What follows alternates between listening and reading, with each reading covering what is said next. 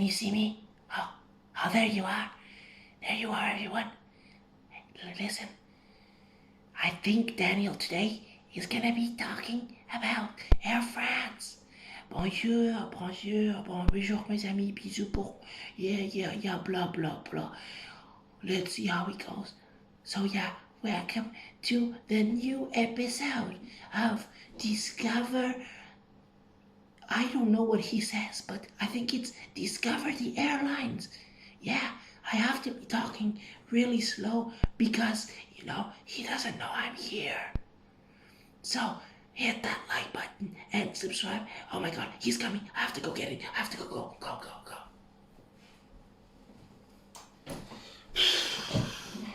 Hey guys, well, I can't find the like button. I don't know if I feel sad. Guys, just like and subscribe. Whatever, like you can subscribe here or there and hit that. Yeah. So let's get going on this video and let's get some animation. Yeah, I guess it's better, no? Welcome back to another episode here on Discover the Airlines, and today we are gonna be talking about Air France. So stay tuned and let's get started. Whoa!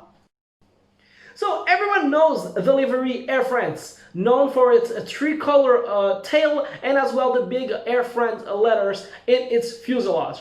Air France is the national company of France and has its headquarters in Tremblay-en-France. It is a subsidiary of the group Air France-KLM, and it's a founding member of the SkyTeam member Alliance. As of 2013, Air France served 36 destinations in France and operated worldwide scheduled passengers and cargo services to 175 destinations in 78 countries, including 93 overseas departments and territories of France. And its main hub of Air France is located at Charles de Gaulle, with Orly Airport as well as a primary domestic hub.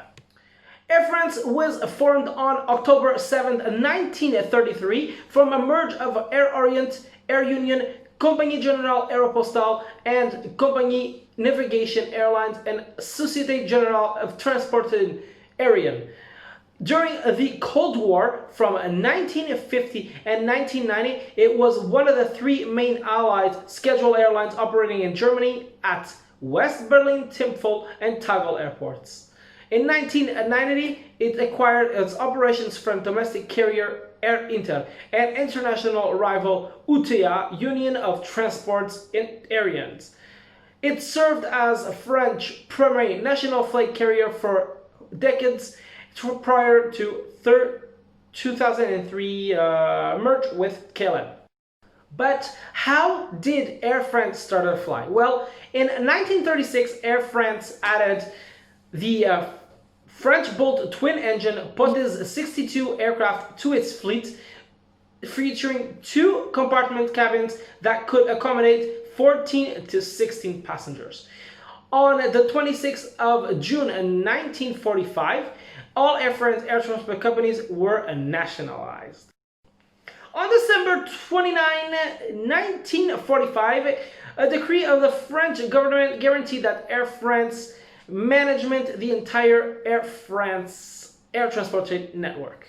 Then, in 1946, the first flight attendants started to show up, and as well, Air France was linked to Paris-Le Bourget Airport.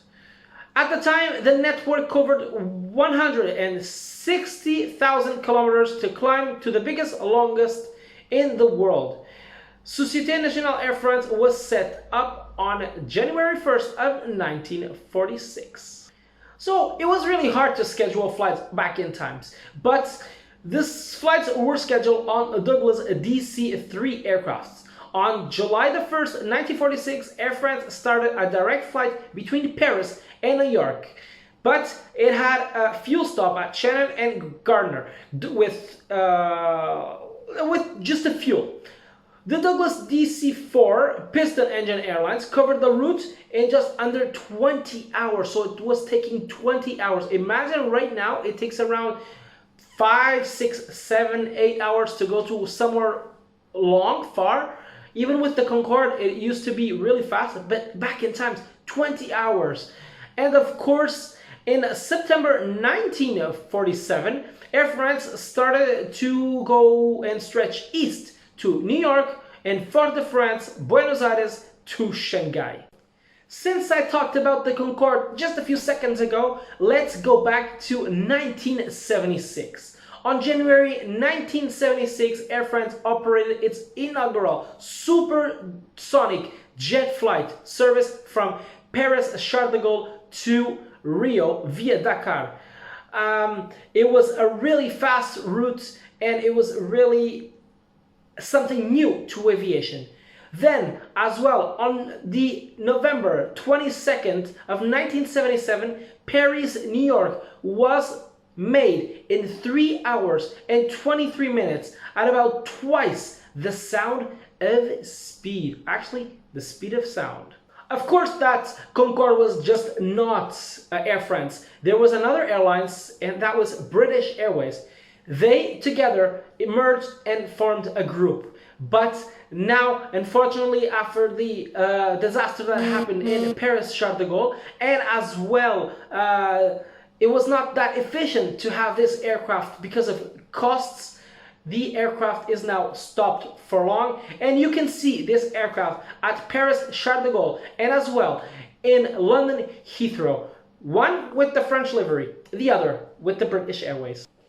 On September 2003, Air France and KLM, or France and the Netherlands, they announced a major change in aviation. What do I mean?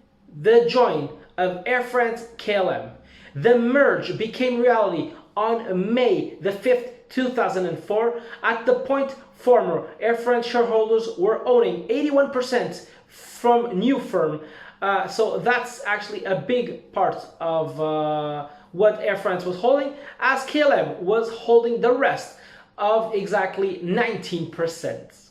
Of course, Air France is just not Air France. You have other airlines. Some have disappeared, some will disappear, some are changing logos. But, for example, beside Air France, you have as well Joon. Joon was a low-cost airline that merged in 2017 and tried to become an airline, a low-cost airline. But with no success, they soon closed this company, and now it's just one, Air France. As well, HOP, a regional airlines for Air France. They do flights mostly in Europe, and you can fly them as well from Terminal to G. One thing to know about Air France is safety record.